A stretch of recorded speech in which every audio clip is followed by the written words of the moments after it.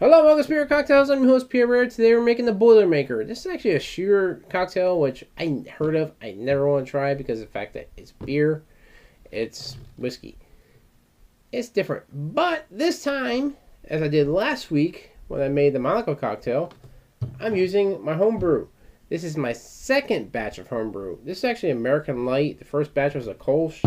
This one, it's kind of more along the line of like your Millers, your basically your standard beers like a Coors Light and things like that. It's not really fancy. It's a basic homebrew. It's just more of a learning tool to get me used to the idea of homebrewing. Homebrewing is fun as hell. If you haven't done it, do it. It's fun. It's a lot of different things you can learn from it. You learn the different gravities. You learn like what changes different things. If you have your high gravity beers, if you want to make high gravity, how they keep that so that you can keep that high gravity, but make sure it ferments at the right temperature and right gravity level. Because I had a problem with my last one where I did, where actually the gravity was a little high. Because you want to keep it at the one I was making, you want to have it at 1.020. Because I was at 1.028.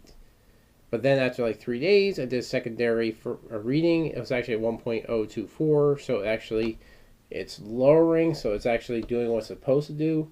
Because if I actually stayed at 1.028, you would have had a very funky tasting beer. It wouldn't have had the right potency, the right amount of alcohol, and you would have had too much sugar in the end. It just wouldn't have fermented correctly. But now it's actually starting to ferment. It's lowering the sugar content. It's actually getting the higher alcohol that you should normally get with this. This is supposed to be around 9% alcohol. It's like 8.50 or 8.25% alcohol compared to like a standard. This is only like 4.2, maybe 4.5 at most. It's a lower alcohol. This one's actually a little higher. It's going to be ready probably about the end of the year. I'll probably make another cocktail using that one. It's going to be potent. It's definitely something I want to try and use, but it's going to be a while till it's done because I want to make sure it ages right and it actually takes away a lot of that potent alcohol flavor because you got the high concentrated alcohol.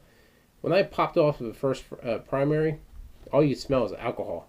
It just smelled like you're just basically popped open like a whiskey or freshly fermented wine. It's definitely something that was really potent. You want to help balance it out, help take away a lot of that alcohol flavor. So that's not what you taste. You taste a lot more of the hops, the malts, different things like that. Because it's a Belgium, so you want to get the nice sweet flavor, but not have an overpowering alcohol flavor. So by the end of the year, hopefully I'll show you that, and you can see exactly how it came out. I'm hoping pretty good. I'm assuming by basically the turn of the year, around about the 1st of January, maybe a little later depending. But you figure when that's done, then you have another two I actually have coming in. One's actually going to be an IPA I'm going to be making. Another one's another Superior Strong Ale. So it's definitely something worth trying out. I can't wait to try these, see exactly how they come out. As I said, it's completely different from my normal cocktail show, but it's fun. If you ever tried homebrew, you notice it's very addicting. Once you finally get your first beer from a homebrew, you're like, damn, you realize you made that. That's your beer. You buy beers, you buy craft beers from like Sam Adams, Dogfish Head, Yinglings, can't really think of many other ones offhand. Traveler beer, like the Traveler Shanty, stuff like that. And you're seeing what they can make. They're good beers. But you're spending so much money on the fact that you're buying this beer from somebody else. You're paying basically for the ingredients and their work that they're putting into this beer, which is a lot of work. It's a lot. I'm not even going to like shortcut it. It's a lot of work to make your own beer.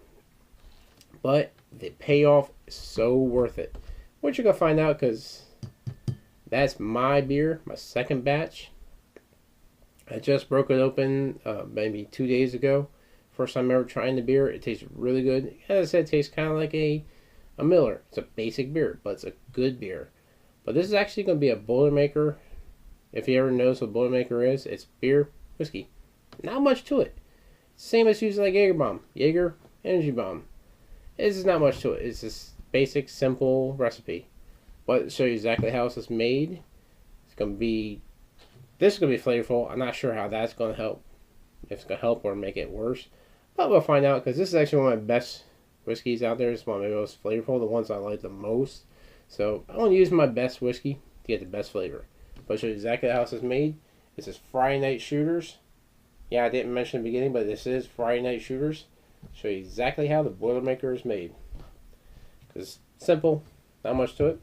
You want to take your shot glass. As you know, there's no measuring cup here because there's no real measurements other than shot glass, beer. That's it. So you want to fill your shot glass. This is roughly about an ounce. Maybe a little more depending.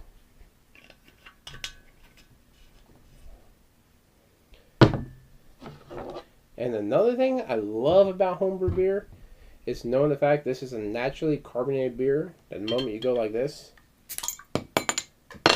you hear the fizz, the sound you normally get with a brand new open bottle of beer. That fizz, nice carbonation sound you get with it. It's just very rewarding. So I take that, pour it into your glass.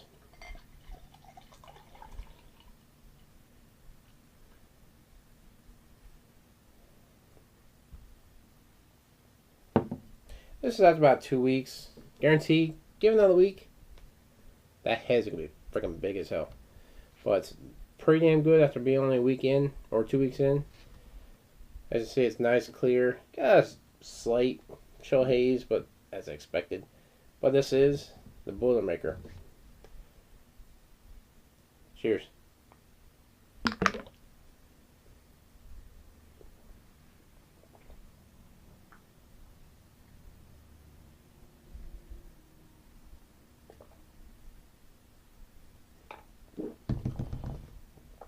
Wow, it's carbonated.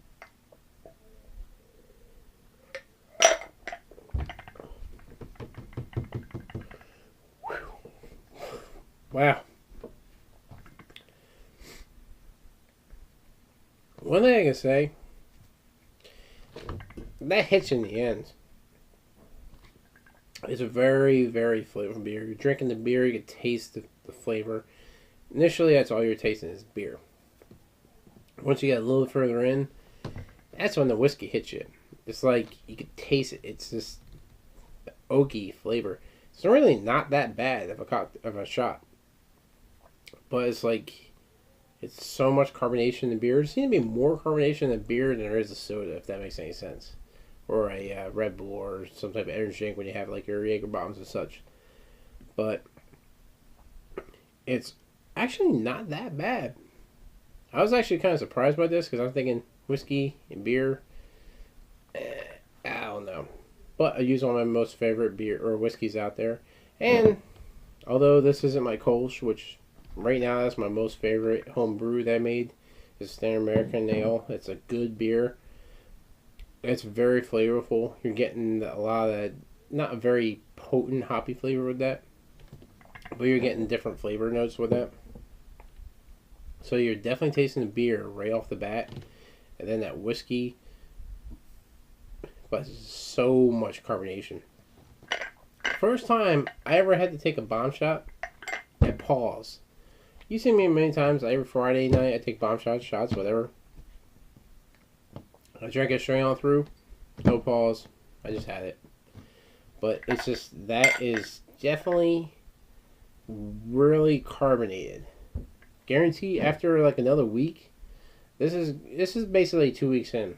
After another week, because what happened with my Kolsch is after the first couple weeks, it was good. It was really flavorful. You can definitely get a lot of that hop notes with it and the sweet malt flavors and everything.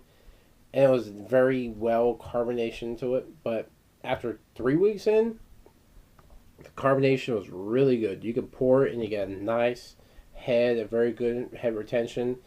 The lacing, as you see, there's, well, maybe because of the fact that it's mixed with the whiskey, but you have usually a very good lacing effect on there. As you drink the beer, it kind of definitely sticks on the side. I suggest if you do make a beer, I guarantee it's hard.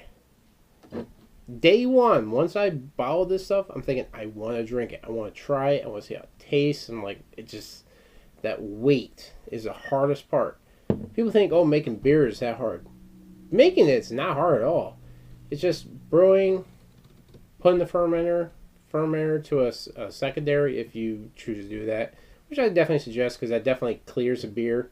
Because if I went this straight from the primary into the bottle, it would have so much more cloudiness factor to it. But that secondary fermentation helps take away a lot of that cloudiness. But it's that wait, 3-week wait from bottle to drink. It's impossible. Like you're sitting here staring at beer like it's there. I can't drink it. It's just like basically it's like calling your name. You want to try it, but then when you finally drink it, you're like, it's yours. It's you made it yourself. It's good. It's definitely something that's a very high accomplishment. You're going from the pot to the brewer, well, to the fermenter, to the secondary, to the bottle, to your belly, then out the other end, but that's another story. But it definitely is a very good process, a very rewarding process. If you can, definitely do some homebrew. Do what I did, just research the hell out of it. Don't just sit there and jump into it. You jump into it, you will screw up. Guarantee you will screw up. I almost screwed up. But I researched every possible thing I could think of. And as I'm doing different types, like I basically did a strong ale, I had that problem where it basically stopped fermentation. I didn't know why. It just stopped at 1.028. We're supposed to be at 1.020. I was wondering, like, what happened? Found out that basically the yeast poisoned itself. It made so much alcohol, it couldn't keep up with it. So you're learning as you go. I just got one of the kits, which surprisingly was a free kit. I ordered like $100 worth of stuff from Midwest Brewing Supply, and they basically, at that time, I ordered $100 because you get the free carboy, which is freaking awesome. The free carboy, it helps with secondary fermentation because right now I'm using buckets. It helps keep a lot of the oxygen, the different air that would normally affect your beer and the flavor of the beer, keep that out so you get a lot better flavor at the end. But then they wound up giving me a free beer kit, which is called a Jawbreaker Wheat Pale Ale. It's an IPA. I never done an IPA before. I'm not a really big IPA drinker. They're good. I had a couple IPAs when I went to like the breweries and stuff like that. But having the idea of making one is gonna be interesting. I definitely want to try it. It uses dry hopping. Never did dry hop before.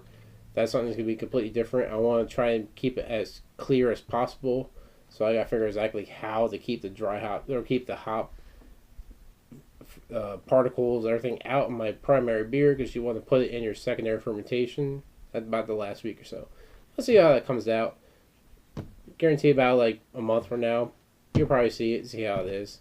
I guarantee I'm gonna love it regardless because the fact it is mine. I'm not a big IPA drinker, but the fact that I made it myself, I love it. It's when you make something yourself, you'll love it regardless, as long as it's a good flavor to it. But if you haven't tried this before, it's a classic recipe. It's a good recipe. You try it with any beer. If you have homebrew, try your homebrew. It's definitely gonna make it unique, make it your own. But it's definitely something worth trying out. Depending on what whiskey you use, you can use different bourbons, different, maybe like Scotch. Scotch is technically a whiskey. You can use Scotch. It just kind of, it may be too peaty, depending on like how you do it, too smoky flavor. But however you decide to do it for a whiskey shot or a beer, make it your own. Let me know what you guys think about this. I hope you enjoy this. Be sure to like us on Facebook and Beer Cocktails. Subscribe to our channel. Be sure to visit our Patreon account. Submit your recipes. I love to see new recipes come about. But as always, drink responsibly.